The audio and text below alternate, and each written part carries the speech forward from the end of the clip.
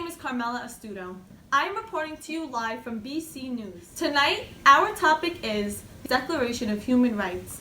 How can we solve the American illegal immigration issue by understanding its role in the world? First, we must understand what an illegal immigrant is. I think illegal immigrants are people that are here in the country, but they're not documented. They don't have papers. So, even when it comes to work, they have to, work off the books.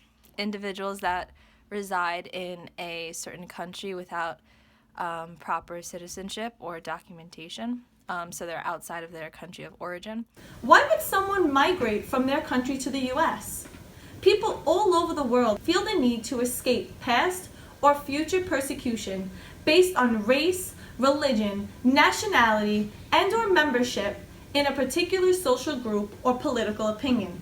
Tonight, I will not only touch upon our topic on immigration, but I will talk about the United Declaration of Human Rights. This document was adopted by the UN General Assembly in 1948. It was the result of the Second World War. World leaders decided to complement the UN Charter with a roadmap to guarantee the rights of every individual everywhere in its preparation of an International Bill of Rights. To add to this, allow me to tell you about a philosopher by the name of Jean Baudrillard. He was a French sociologist, philosopher, cultural theorist, and political commentator. His work is frequently associated with postmodernism.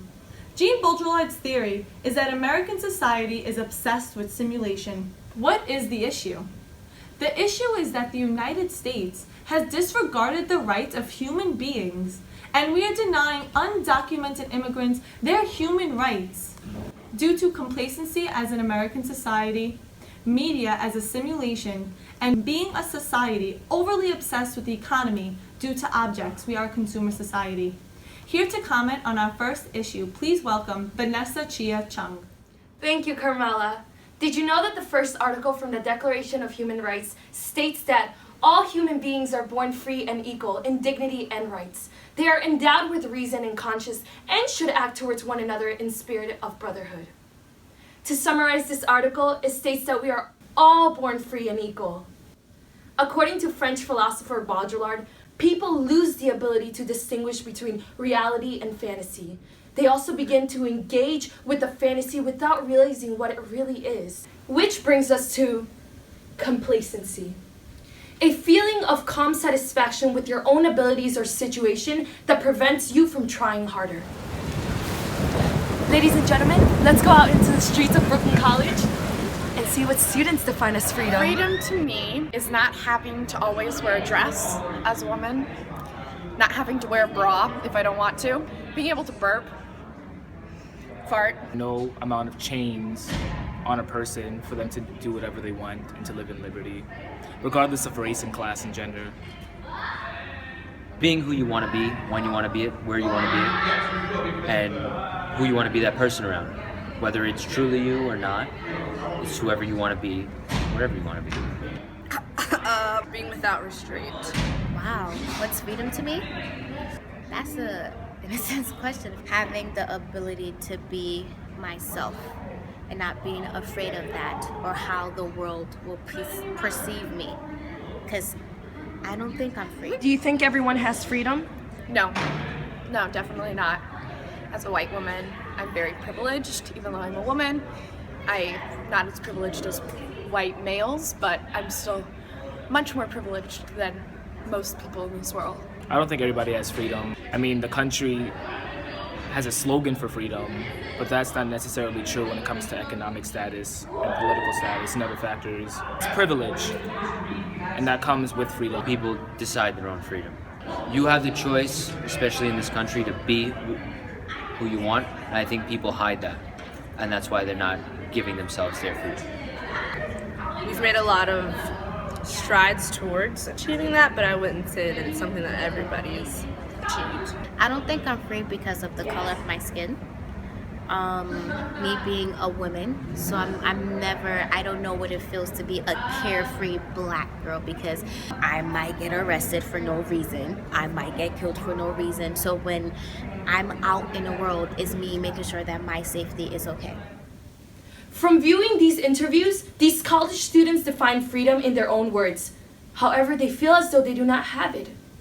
As a society, we've accepted freedom, but have not questioned it. Thank you, Vanessa. I never thought about how complacent we are as a society.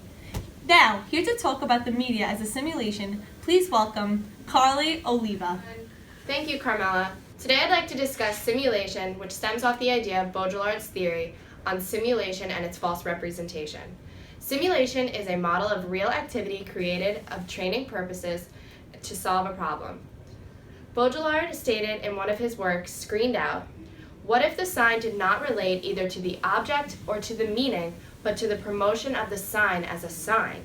And what if information did not relate either to the event or to the facts, but to the promotion of information itself as an event? And more precisely today, what if television no longer related to anything except itself as a message?" This quote relates to media and its influence on people's perception. Today, media tends to hide the importance of reality and what occurs around the world, specifically on illegal immigration and their natural-born rights. With this in mind, the media is such a large contribution to our generation, but yet the truth of it is that our reality has been altered by the truth of itself. In addition, I'd like to show you guys a clip from yet another reliable source, CNN, on how they portray illegal immigration. Fed up with the lack of any enforcement on illegal immigration by the federal government, we have no choice but to fill the void that they've created. With this in mind, I'd like to ask you guys, what do you think of media and immigration now? Amazing way of expressing media as a simulation, Carly. The question I'd like to ask is, with this as one of our main topics, since the United States is a capitalist nation, how does American society see illegal immigrants in association with our economy? Here to talk about this issue, we have an economist, Joanna Vargas. For having me through the video chat. As an economist, I have seen statistics where in our country, illegal immigrants create more than a third of our foreign-born population, and that mark has reached only in certain years. However, the expansion of illegal immigrants and government, it has dominated the news and the media to be the main topic, not letting public see the positive, but just the negative impact on different parts of our economy. Baudrillard has this great quote in which I can relate till today the way how I see USA. And it goes off like this: "All these things we consume represents tranquility, consecrated by distance from the world, a distance more comforted by the illusion to be to the real, even if the illusion is violent, then compromised by it. The pattern we tend to reach logically is caused by the public and policy makers to associate the flood of the foreign-born with disruption of the law, issue of social norms, and government failure. So we tend to let society view immigrants negatively to our country. We expose these illegal immigrants as criminals and Americans as victims, knowing that illegal immigrants contribute to this nation, collecting, most of them actually, collecting their income taxes yearly, but we let society only focus on negatively stuff. So we manage to interact with the workforce environment. We tend to see that many of our illegal immigrants are taking over our jobs, but those are jobs that have been estimated the 5% of an increased statistics, knowing that those jobs were only from illegal immigrants, and of course us as born in the US, we claim those to be like we will not do. So why do Americans complain knowing that the big impact of illegal immigrants is an increase productively?